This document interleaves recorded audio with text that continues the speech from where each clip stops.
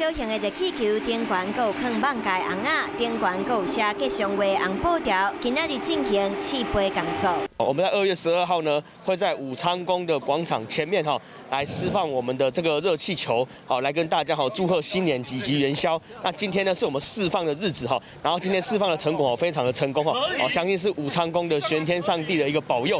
为着让游客算会够开，这摆嘛特别加码放无载人的热气球，欢迎游客伫拜六下晡来拍卡翕相。来到武昌宫，可以拜玄天上帝，还可以参观廊桥，还可以来集集参观我们的火车站。最主要来这边看这个热气球。一日灯会灯区这摆全长有1公里800公尺，会伫展示到2月底。除了提供予游客拍卡翕相，嘛会使感受到无同款的小镇灯会。